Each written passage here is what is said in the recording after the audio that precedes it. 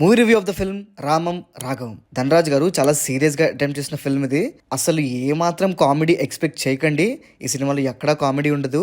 Even సత్య గారు ఉన్నా కూడా ఈ సినిమా చాలా సీరియస్గానే ఉంటుంది. ట్రైలర్లో లైట్గా మనకి ఫాదర్ అండ్ సన్ మధ్యలో జరిగే ఆ సీన్స్ లైట్గా కామెడీగా ఉన్నట్టు చూపించారు. బట్ సినిమాలో ఎక్కడా కామెడీగా ఉండదు. చాలా సీరియస్గా వెళ్తుంది సినిమా. ధనరాజ్ గారి క్యారెక్టర్ చూసి మనకే చిరాకు వచ్చేస్తుంది. రియల్ లైఫ్లో ఇలాంటి క్యారెక్టర్స్ లేవా అంటే ఉన్నాయండి. కాకపోతే ఈ సినిమాలో కాస్త అతి అయినట్టుగా అనిపిస్తుంది. ఇంటర్వెల్లో ఒక పాయింట్ వస్తుంది. ఆ పర్టికులర్ సెగ్మెంట్ దగ్గర ఇంటర్వెల్ పడుతుంది అనమాట. ఆ సెగ్మెంట్ ఎందుకో కాస్త అన్బిలీవబుల్గా అనిపిస్తుంది. ఒక కొడుకై ఉండి తండ్రికి అలాంటి పని చేయాలనే డెసిషన్ తీసుకోవడం అంత ఈజీ అయితే కాదు. కేవలం ఉద్యోగం తెచ్చుకో, బాగుపడు అని చెప్తున్న తండ్రి మీద ఆ రేంజ్లో రివెంజ్ కక్ష కట్టేసుకుంటారని నేనైతే అనుకోవట్లేదు. అదొక్కటి మాత్రం అస్సలు సాటిస్ఫైయింగ్గా అనిపించదు. ఎందుకు ధనరాజ్ క్యారెక్టర్ ఇంత ఓవర్ యాక్షన్ చేస్తుందన్న ఫీలింగ్ వస్తుంది. మెయిన్గా ధనరాజ్ గారు అండ్ సముద్రగని గారి క్యారెక్టర్ మీదనే ఈ ఫిల్మ్ అంతా ఉంటుంది.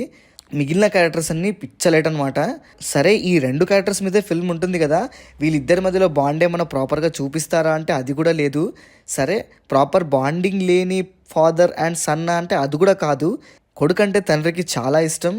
ధనరాజ్ క్యారెక్టర్ ఎందుకు అలా రెబల్ లాగా మారిందనడానికి ప్రాపర్ రీజన్ అండ్ జస్టిఫికేషన్ ఉండదు. దానివల్ల మనకి సెకండ్ హాఫ్లో వచ్చే సీన్స్ అన్ని అరే ఎందుకురా నాయన, ఏం తప్పు చేశాడు, నువ్వు మరీ అంత హార్ష్ డెసిషన్ ఎందుకు తీసుకుంటున్నారా బాబు అనే ఫీలింగ్ అయితే వస్తుంది అనమాట. ఇంత తీసుకెళ్ళాక మంచి ఎమోషనల్ ఎండ్ అయితే ఉంటుంది. కాకపోతే ఇంకా కొంచెం మంచిగా ప్రాపర్ రీజనింగ్ అండ్ జస్టిఫికేషన్ ఇచ్చుంటే ఇంకా చాలా బాగుండేది కదా అనే ఫీల్ వస్తుంది అనమాట.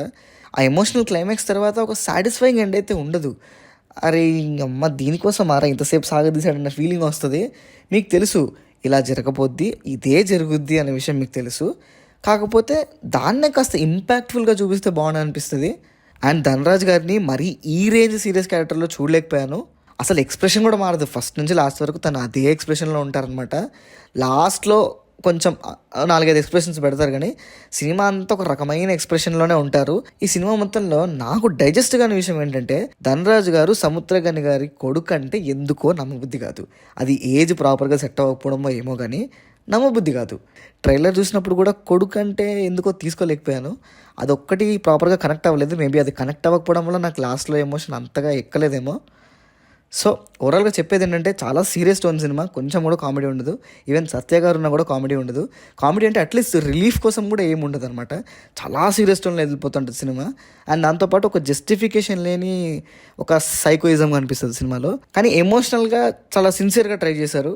ఆ సిన్సియర్ అటెంప్ట్ కోసం అయితే ఖచ్చితంగా చూడొచ్చు. So this is Pranav signing off team cinema పిచ్చా.